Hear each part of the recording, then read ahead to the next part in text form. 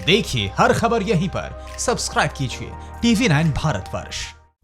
Sir ICMR की report है कि 30% केसेस खुद ही ठीक हो गए, क्या कुछ है वो सर एक बार डिटेल में? देखिए जो अभी आईसीएमआर ने स्टडी किया उसको उन्होंने एंटीबॉडीज से स्टडी किया।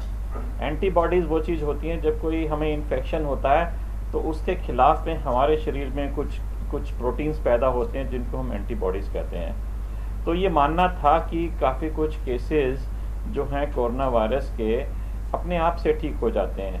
और ये अब हमारे देश में भी जब इसका एक्सपेरिमेंट जो ये जांच की गई, जिसको हमने एंटीबॉडी जांच करते हैं, एक तो हम जांच करते हैं पीसीआर से, उससे हमें पता लगता है कि वायरस है कि नहीं है हमारे अंदर।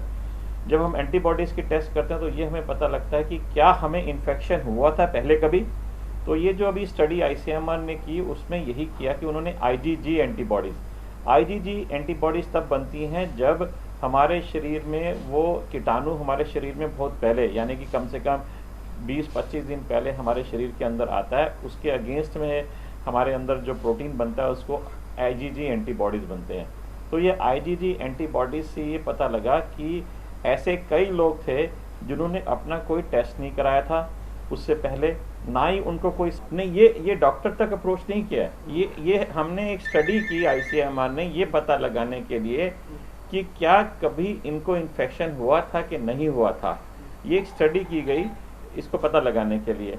तो ये जब स्टडी में कोई सिम्टम्स नहीं थे उन लोगों को किया गया, लेकिन वो लोग जैसे कि रेड जोन से थे या कंटेनमेंट जोन में जो वो लोग थे जिनको कोई इन्फेक्शन अभी तक नहीं हुआ था, तो उनका ब्लड लिया गया और उनके अंदर एंटीबॉडीज़ देखी गई। एंटीबॉडीज़ जैसे मैंने बता रहा हूँ कि ये प्रोटीन्स होते हैं जो कि जब हमारे कोई इन्फेक्शन होता है उसके बाद हमारे शरीर में पैदा होते हैं। एंटीजन जो होता है, वायरस तो थोड़े दिनों के बाद चला जाएगा, लेकिन जो एंटीबॉडीज़ हैं हमारे शरीर में काफ़ी दिन तक रहती हैं। तो एंटीबॉडीज़ के जांच करने से हमें पता लगता है कि क्या पहले कभी इन लोगों को इन्फेक्शन हुआ था कि नहीं हुआ था। हम जैसा कि जानते हैं कोरोना वायरस एक नया वायरस है, इसमें पहले से हमारे पास कोई एंटीबॉडीज़ नहीं है।